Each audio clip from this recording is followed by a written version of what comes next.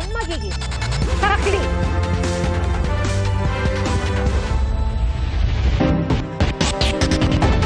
Maghahain ng motion for reconsideration ang kampo ng negosyanteng si Charlie Atong Ang matapos irekomenda ng Department of Justice na kasuhan siya dahil sa mga nawawalang sabongero. Kidnapping with homicide at kidnapping with serious illegal detention ang inirekomenda laban kay Ang at sa 21 iba pa. Saksi si Sandra Aguinaldo. May resolusyon na ang Department of Justice kaugnay ng kaso ng mga nawawalang sabongero. Rekomendasyon ng DOJ, sampahan ng kasong 10 counts of kidnapping with homicide ang negosyanteng si Charlie Atong Ang. Mga pulis na sina Police Lieutenant Colonel Ryan J. Orapa, Police Major Philip Almedilla at 19 na iba pa.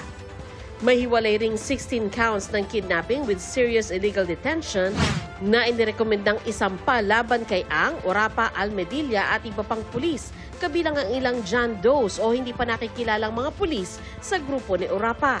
Ayon sa DOJ, kinakitaan nila ng prima facie evidence para kasuhan sina Ang. Lumalabas na binigyang bigat ng panel of prosecutors ang mga testimonya ng akusado at whistleblower na si Julie Dondon Patidongan at kanyang mga kapatid na sina Elakim at Jose.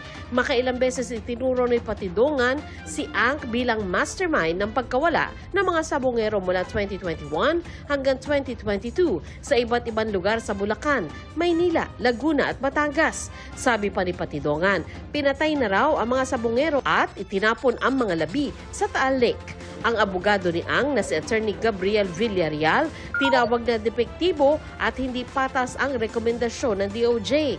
Maghahain daw sila ng motion for reconsideration para ito'y mabaliktad. Sinusubukan pa naming makuha ang panig ng iba pang mga inirekomendang kasuhan. Para sa GMA Integrated News, ako si Sandra Aguinaldo, ang inyong saksi. Nagliyab ang isang pampaserong bus habang bumabiyahe sa Pulangi, Albay. Ang mga pasahero nakarinig pa raw ng pagsabog. Ating saksihan. Galing Metro Manila at patungo sa ng Samar ang pampasaherong bus na ito na magliyab sa kalagitnaan ng biyahe sa Pulangi, Albay pasado alas 5 ng umaga kanina.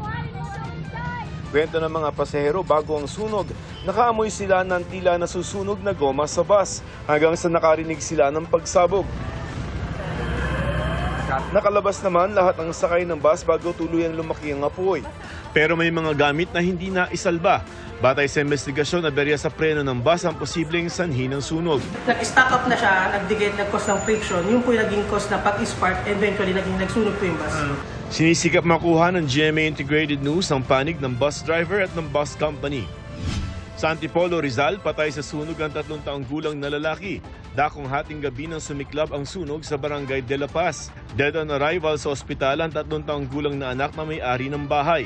Nagtamo naman ng second-degree burn ng isa pang batang 5 taong gulang. Sa paunang investigasyon, walang kuryente sa bahay at kandila lamang ang gamit nila. Wala ang mga magulang ng bata na mangyari ang sunog. Para sa GMA Integrated News, ako si Joseph Morong, ang inyong saksi.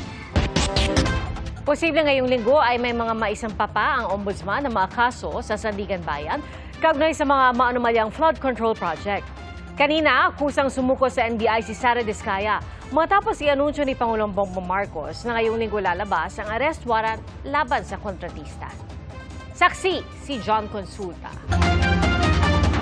Inaasahan na rin nating lalabas ang warrant of arrest na ni Sara Diskaya itong linggong ito at hindi na rin magtatagal ang pag-aresto sa kanya. Kasunod ng anunsyong yan ni Pangulong Bongbong Marcos, voluntaryong sumuko sa headquarters ng NBI sa Pasig City ang kontraktor na si Sara Diskaya kasama ang kanyang abogado at kaanak. Naka-face mask si Diskaya nang dumating sa NBI. Bantay sarado siya ng mga ahente nito. Ayon sa source ng GMA Integrated News, ngayong araw nagpahiwatig ng pagsuko si Diskaya sa isang regional officer ng NBI na siya nag-facilitate ng kanyang pagsuko. Naharap sa kasong malversation of public funds at paglabag sa Anti-Graft and Corrupt Practices Act si Diskaya at 9 na iba pa dahil sa manumalya umanong flood control project sa Davao Occidental na nagkakahalaga ng halos 100 milyong piso.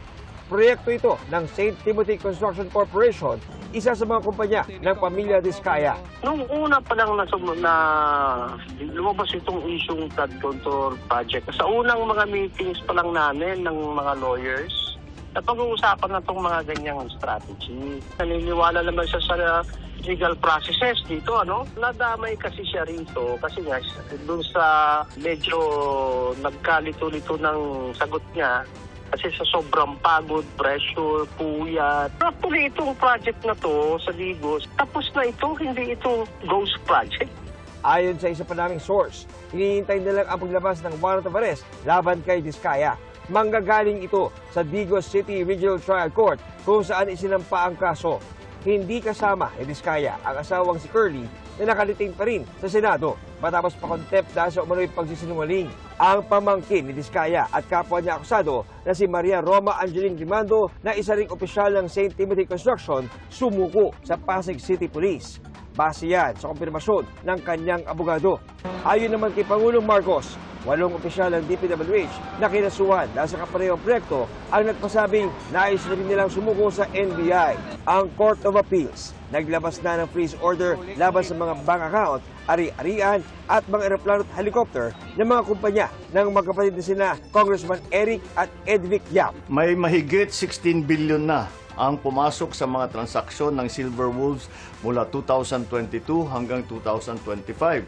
Nakaramihan ay may kaugnayan sa mga flood control project ng DPWH. Sinubukan ng GMA Integrated News na makuha ang panig ng mga Yap pero wala pa silang pahayag. Ang pagpapafreeze ng assets, bahagi ng hakbang para mabawi ang mga pondo ng bayan na hinihinalang napunta sa katiwalian. Magpapatuloy ang investigasyon, magpapatuloy ang pagpapanagot at titiyakin ng pamahalaan na ang pera ng bayan ay maibabalik sa taong bayan. Ngayong linggo, sabi ni Assistant Ombudsman Miko Clamano, posibleng may maisampa sila ulit na kaso sa Sandigan Bayan. It's possible, but we go with the strength of the cases. Kung meron tayong makitang ebidensya na ang proponent mismo ang kumuha ng pera, siya mismo ang tumanggap ng pera, mas madaling i-prove po yun. Kaysa sa mga kaso na may layering, patago talaga, merong silang mga bagman na kailangan muna nating matumbok para makuha yung proponent. December 15 ang itinakda noon ng Ombudsman na deadline nila para makapapakulong ng malalaking isda o mga senador at kongresista. Tuloy rin sa pag-iimbestiga ang Independent Commission for Infrastructure o ICI. Sa pulong ng LEDAC o Legislative Executive Development Advisory Council, tinukoy ng Pangulo ang 4 na priority bills. Kabilang dyan ang Independent People's Commission Act na layong bumuo ng mas may pangil na ICI. Tinukoy din na priority bills ang Anti-Dynasty Bill, Party List System Reform Act at Cadena Act o Citizens Access and Disclosure of Expenditures for National Accountability. Para sa GMA Integrated News, ako si John Consulta, ang inyong saksi.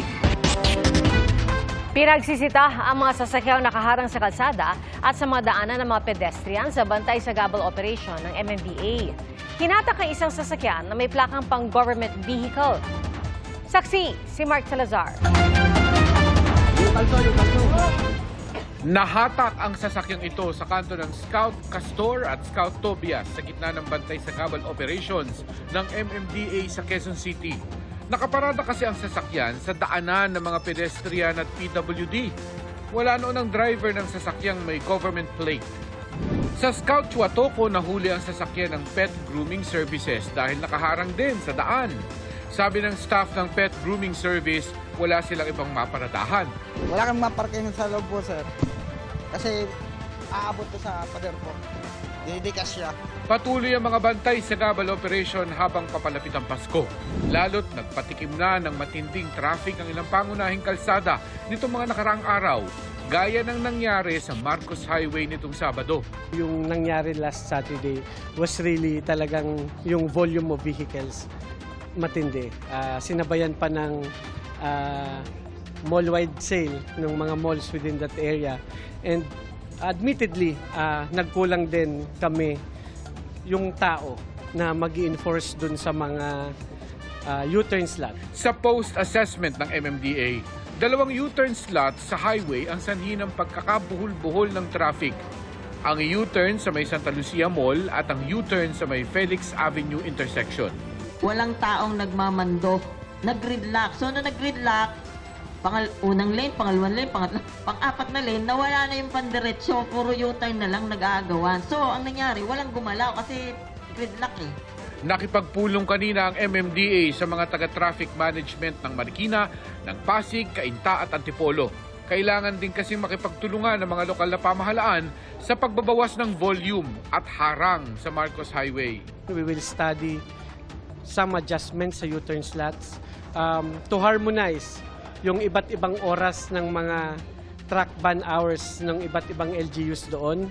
And may recommendation na magkaroon kami ng MOA sa pag-enforce ng anti-illegal terminal and illegal vendors.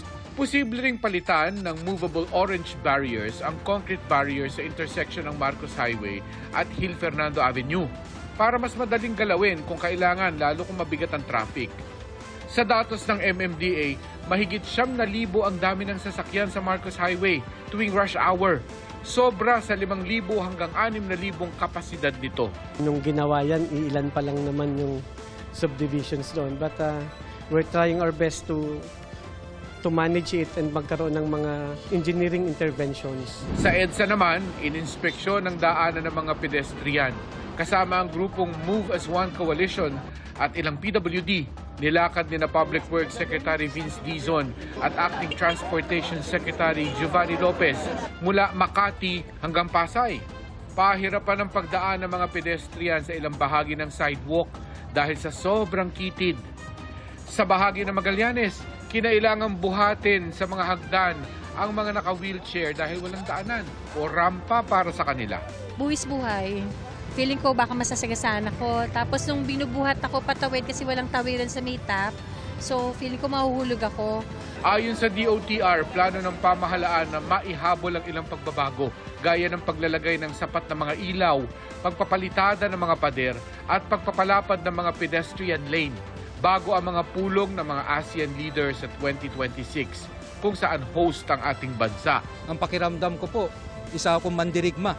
Napakahirap po, napakadelikado po ng ating mga sidewalk.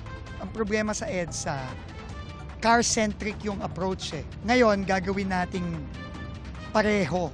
No? Pati yung pedestrians, kailangan bigyan natin ng importansya. Para sa GMA Integrated News, ako si Mark Salazar, ang inyong saksi. May bawas singil po sa kuryente ngayong buwan ang Meralco at bababa po ng mahigit 35 sentimo kada kilowatt-hour ang kanilang singil. Katumbas po yan ang nasa 71 pisong bawas sa bill ng isang bahay na kumukonsumo ng 200 kilowatt-hours sa isang buwan. Ayon sa Meralco, ang pagbaba ng singil ay bunsod ng bumabaring transmission at generation charge. Arestado sa Taguig City ang 3 lalaking sangkot umano sa pagtangay ng motorsiklong ginagamit sa ride-hailing app. Natunto ng mga suspect dahil sa GPS na nakakabit sa motorsiklo. Ating saksihan.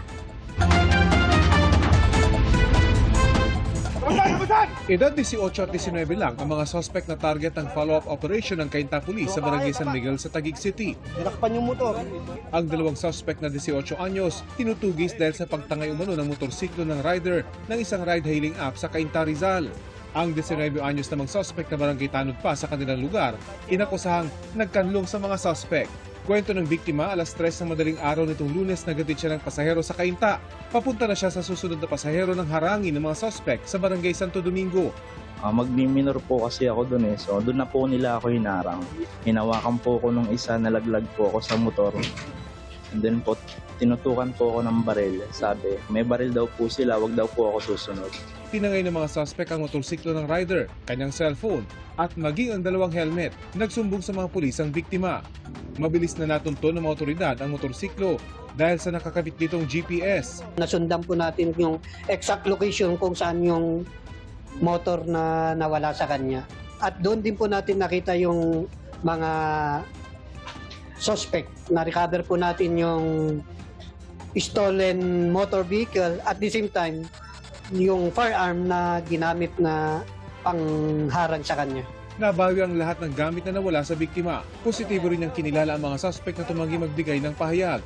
Nasa kustodiya sila ng pulisya at nahaharap sa patong-patong na reklamo. Para sa GMA Integrated News, ako si Rafi Tima, ang inyong saksi. Ngayong kaliwat kanan ang mga party at mga inuman, mas pinaigting ng Land Transportation Office ang pagpapakalat ng mga tauhan para siguruhin walang magmamaneho ng lasing. Saksi si June Veneracion. Hindi nakaligtas sa monitoring ng Land Transportation Office o LTO ang viral video kung saan makikita ang isang lady driver na tila umiinom habang nagmamaneho. Nakilala na siya ng LTO at pinadalhan na ng show cause order. Ito, yung violation nila, parang pinagmamalaki pa sa social media eh. So yan yung pinagbabawal ho. Haharap po siya sa pagdinig dito sa amin sa LTO para patunayan niya na hindi alak yung iniinom niya. Ngayong panahon na kaliwat kanan ng party dahil sa nalalapit na Pasko at Bagong Taon, inaasahan ng LTO na mas dadami ang mga pasaway na magmamaneho kahit nakainom. Kaya mas pinaigting na raw ang deployment ng mga unit dala ang mga breath analyzer para ipatupad ang anti-drunk and drug driving law. Once na nakagawa sila ng aksidente o nakagawa sila ng violation sa kalye o maaksidente sila, maraming perwisyo ang nagagawa. Minsan buhay pa yung nawawala. Merong 400 unit ng breath analyzer ang LTO na nakakalat sa iba't ibang panig ng bansa. May mga karagdagang unit pa na darating ngayong buwan. Paano nga ba ito gumagana? Ayon sa medical website ng Medical News Today, sinusukat ng breath analyzer ang alcohol content level sa katawan ng isang tao base sa hangin na binubuga nito. Ang alcohol daw kasi sa alak na ininom ng isang tao, hahalo yan sa dugo at sasama sa hininga ng tao. Ang magre-reflect sa datos ng breath analyzer depende sa dami ng alak na inom at sa bilis ng kanyang metabolism. Sa Pilipinas, kapag 0.5 ang blood alcohol concentration ng isang nagmamaneho ng sasakyan, kinukonsidera na ito ng LTO na drunk driving. Mas mahigpit sa mga driver ng public utility vehicle at motorsiklo. Dapat 0 ang alcohol sa katawan. Pumayag ang aming volunteer na si Chris, di niya tunay na pangalan, na sumalang sa test. Sinubukan niyang magmumuglang ng alak at saka sumalang sa test. Mawawala din daw ang blood alcohol concentration sa loob ng 4 hanggang 8 oras. Kapag nakain na po, magpahinga para bumaba yung or mawala yung blood alcohol content, magpahinga yung driver kung nakainom na po. Para sa GMA Integrated News, ako si June Veneracion, ang inyong saksi. Sumadsad sa pinakamababang level ang palitan ng piso kontra dolyar. Nagsara po ito sa 59 pesos and 22 centavos na pinakamahina sa kasaysayan. Mas mababa po yan sa 59 pesos and 17 centavos na naitala noong November 12. Wala pang pahayag ang Bangko Sentral ng Pilipinas kaugnay ng paghina ng piso kontra dolyar. Lumabas sa pagdinig ng Senado na Pilipinas ang may pinakamabilis na pagkalat ng HIV epidemic sa Asia Pacific. Ang kaso ng HIV sa bansa nitong 2024 tumaas ng mahigit 500% kumpara sa bilang nito noong 2010. Saksi si Mab Gonzalez. Habang pababa ang bilang ng HIV infection at AIDS-related deaths sa mundo at Asia-Pacific, nakakaalarma naman ang paglala ng HIV epidemic sa Pilipinas.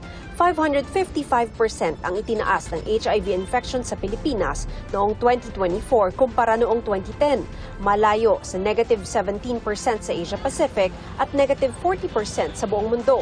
667% naman ang itinaas ng namatay na may kaugnayan sa AIDS, habang negative na rin ang mga bilang ng namatay sa Asia-Pacific at sa buong mundo.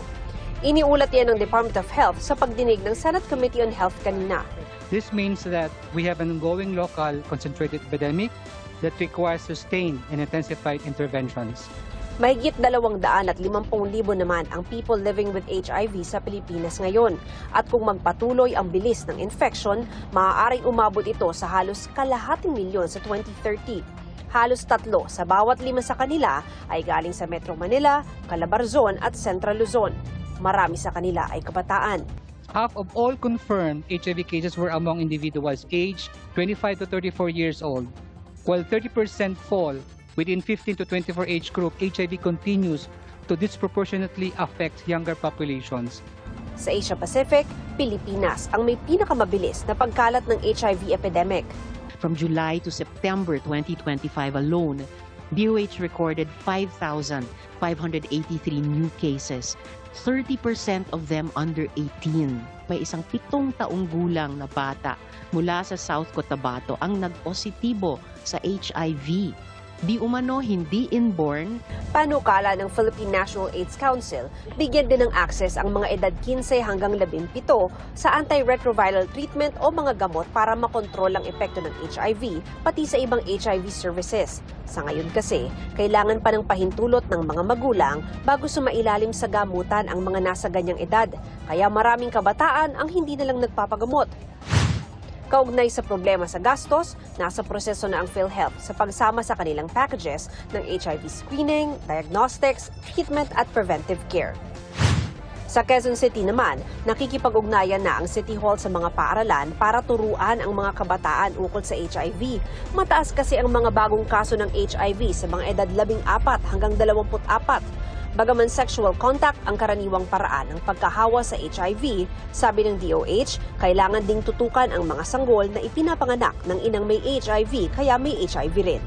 Para sa GMA Integrated News, ako si Mav Gonzalez, ang inyong saksi. Isasala na po sa Bicameral Conference Committee sa Webes ang mahigit 6.7 trillion pesos na panukalang budget para sa susunod na taon. Kasunod po yan ang pag-aproba rito ng Senado sa ikatlo at huling pagbasa sa botong 17. Walang bumoto kontra rito at wala rin nag-abstain.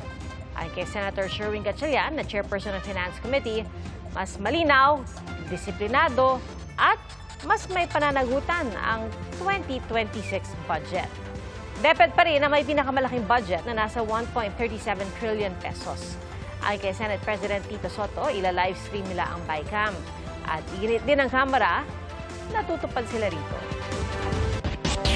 Ipinagbigay alam ng Philippine Navy sa mga kaalyado ng Pilipinas ang tungkol sa ilang Chinese warship na dumaan malapit sa exclusive economic zone ng Pilipinas nitong weekend. Saksi si Chino Gaston.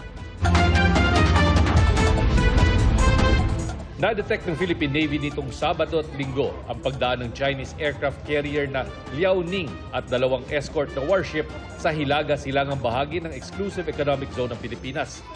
Bago nito, na-detect din ang pagdaan malapit sa EEZ ng isang Chinese amphibious assault warship at 2 escort patungong Australia. Sa monitoring din ng Japan Maritime Self-Defense Force, dumaan ang carrier sa timog na bahagi ng kanilang bansa malapit sa Okinawa at nakilala ang 2 escort ships na Ren high-class guided missile destroyers. Hindi alam ng Philippine Navy ang pakay ng mga Chinese warships pero ipinagbigay alam na raw sa mga kaalyadong bansa ang pagdaan nito malapit sa ating EEZ. Without going into details, the expanded MDA of the AFP looks into all sources of information. And I would like to highlight our enhanced defense relations with Japan, with Australia, with New Zealand, with Korea, among others. Secondly, historically, this has been the path of a carrier battle group from the PLA Navy. Coming from mainland China, it transgresses the northern part of the zone, passing through Okinawa, Miyako Straits, down our eastern seaboard, Palau, Australia, down to Indonesia, Lombok Strait, heading up to Cebu Channel, exiting in the South China Sea. Samantala, constant o hindi naman nagbabago ang dami ng mga Chinese vessels sa West Philippine Sea. Ayon sa Philippine Navy, 5 Chinese Coast Guard at 2 Navy warships ang nagbabantay sa Baho de Masinloc, 6 na China Coast Guard ships naman at isang People's Liberation Army Navy warship ang nasa Ayungin Shoal. At sa Pag-asa Island, isang Chinese Coast Guard at 2 Chinese Navy warships ang namamalagi. Para sa GMA Integrated News, Chino Gaston ang inyong saksi. Bagong low-pressure area ang binabantayan ng Pag-asa sa labas ng Philippine Area of Responsibility. Muli itong namataan 365 kilometers southwest ng Pag-asa Island sa Palawan. Mababa ang tsansa nitong maging bagyo. At ayon sa Pag-asa, shear line, amihan, easterlies at localized thunderstorms ang nagpapaulan ngayon sa bansa. At base sa datos ng Metro Weather, umaga pa lang bukas, mataas na ang tsansa ng ulan sa Northern Luzon, lalo na sa Apayao, Cagayan, Isabela at ilang bahagi ng Central Luzon. At may mga pag-ulan din sa Samar at Leyte provinces. Inaasahan na mas lalakas na ulan sa Northern Luzon at posible rin ang mga kalat-kalat na ulan sa Bicol Region, Northern Mindanao at ilang bahagi ng Visayas. Sa Metro Manila, hindi inaalis ang tsansang makaranas muli ng mga pag-ulan bukas.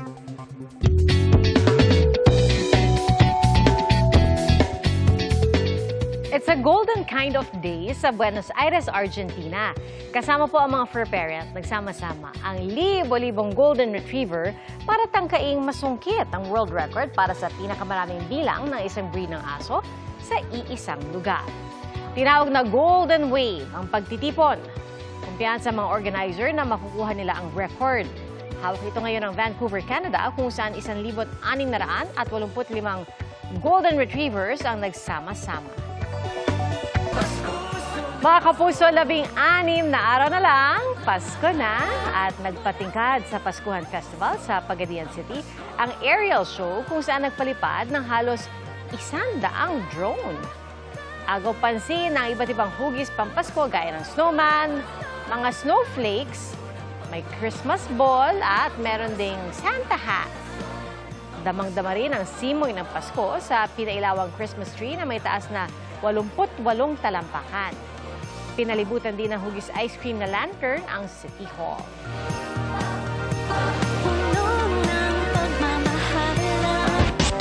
Salamat po sa inyong pagsaksi. Ako po si Pia Arcangel para sa mas malaking misyon at sa mas malawak na paglilingkod sa bayan. Mula po sa GMA Integrated News, ang News Authority ng Filipino.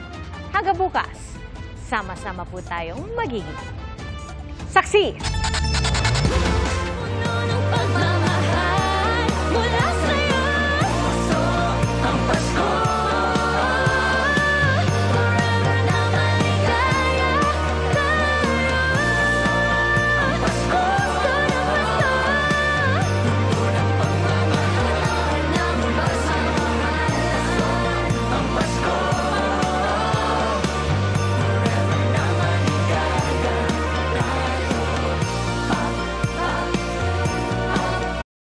Mga kapuso, maging una sa saksi. Mag-subscribe sa GMA Integrated News sa YouTube para sa iba't ibang balita.